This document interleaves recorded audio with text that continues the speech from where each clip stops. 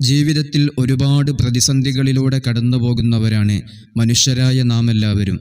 പല സമയങ്ങളിലും നമ്മൾ ഉള്ളൊരുകി അള്ളാഹുവിനോട് ദുആ ചെയ്യാറുണ്ട്. പല ആളുകളും അള്ളാഹുവിലേക്ക് ആത്മാർത്ഥമായി ദുആ ചെയ്ത് അവസാനം അത് ബാത്തിലാക്കുന്ന രൂപത്തിൽ നമ്മുടെ വാക്കുകളിൽ നിന്ന് വന്നുപോകും. ഒരുപാട് ദുആ ചെയ്തു, അള്ളാഹു സ്വീകരിക്കുന്നില്ല, ദുആക്ക് അള്ളാഹു ഇജാബത്ത് നൽകുന്നില്ല, ദുആ ചെയ്തിട്ടൊരു കാര്യവുമില്ല എന്ന രൂപത്തിൽ സംസാരിക്കുന്നവരുണ്ടാകും. എന്നാൽ അള്ളാഹുവിലേക്ക് ഏറ്റവും ഇഷ്ടപ്പെട്ട ഒരു അമലാണ്, ഏറ്റവും ഇഷ്ടപ്പെട്ട കാര്യമാണ് അള്ളാഹുവിലേക്ക് നമ്മൾ ദുആ ചെയ്യുക എന്നത്. ദുആഇനേക്കാൾ അള്ളാഹുവിന് ഇഷ്ടപ്പെട്ട മറ്റൊരു കാര്യവുമില്ല. ലൈസ ഷൈഉൻ അക്രമ അലല്ലാഹി മിനദ് ദുആ. ദുആഇനേക്കാൾ അള്ളാഹുവിലേക്ക് ഏറ്റവും മഹത്വവൽക്കരിക്കുന്ന മറ്റൊരു കാര്യവും ഇല്ല. ദുആകളിൽ ഏറ്റവും ശ്രേഷ്ഠമായ ദുആയാണ്, ഏറ്റവും മുഖ്യമായ ദുആയാണ് 5 വക്ത് നമസ്കാരം എന്നത്. 5 വക്ത് നിസ്കരിക്കാത്തവൻ്റെ ദുആയെ അള്ളാഹു സ്വീകരിക്കുകയില്ല. ഒരു മുഅ്മിനായ മനുഷ്യൻ 5 വക്ത് നമസ്കരിച്ചിട്ട് വേണം അള്ളാഹുവിലേക്ക് ദുആ ചെയ്യാൻ. നിസ്കാരങ്ങളിൽ ഒരുപാട് ദിക്റുകളും ദുആകളും സ്വലാത്തുകളുമുണ്ട്. ആ നിസ്കാരം ഉപേക്ഷിച്ചുകൊണ്ടൊരു ദുആയും ഇല്ല. നിസ്കാരമാണ് ഏറ്റവും വലിയ പ്രാർത്ഥന. എന്നാൽ ഇന്നത്തെ മജ്ലിസിലൂടെ വിധിയെ വരെ മാറ്റാൻ കഴിയുന്ന ഒരു ദുആയുണ്ട്. 5 വക്ത് നമസ്കാരങ്ങൾക്ക് ശേഷം ഈ ദുആ പതിവാക്കുന്നവർ ധാരാളം ആളുകളുണ്ട്.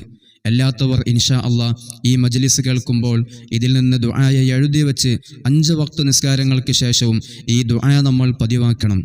നമുക്ക് നമ്മുടെ ദുആയുടെ മഹത്വം മനസ്സിലാക്കാൻ സാധിക്കാത്തത് നമ്മുടെ ജീവിതത്തിൽ വരാനിരിക്കുന്ന അപകടങ്ങളെയും ആഫത്തുകളെയും അതുപോലത്തെ ഖലാഅുകളെ അള്ളാഹു തട്ടിമാറ്റിയിട്ടുണ്ടാകും. നമുക്കത് മനസ്സിലാക്കാനും നമുക്കത് അറിയാനും സാധിക്കാത്തത് കൊണ്ടാണ്. അതുകൊണ്ട് ഒരാളുടെ ദുആയും അള്ളാഹു തട്ടുകയില്ല.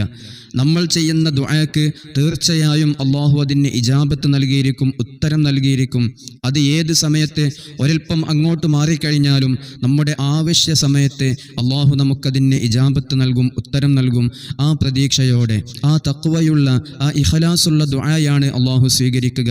അതുകൊണ്ട് വിധിയെ മാറ്റാൻ കഴിയുന്ന, ജീവിതത്തിൽ വരാനിരിക്കുന്ന ഖലാഅുകളെയും ആഫത്തുകളെയും ഒക്കെ തടയാൻ പറ്റുന്ന ഒരു നല്ല ദുആയുണ്ട്. 5 വക്ത് നിസ്കാരത്തിന് ശേഷം പതിവാക്കുന്ന ആളുകളുണ്ട്.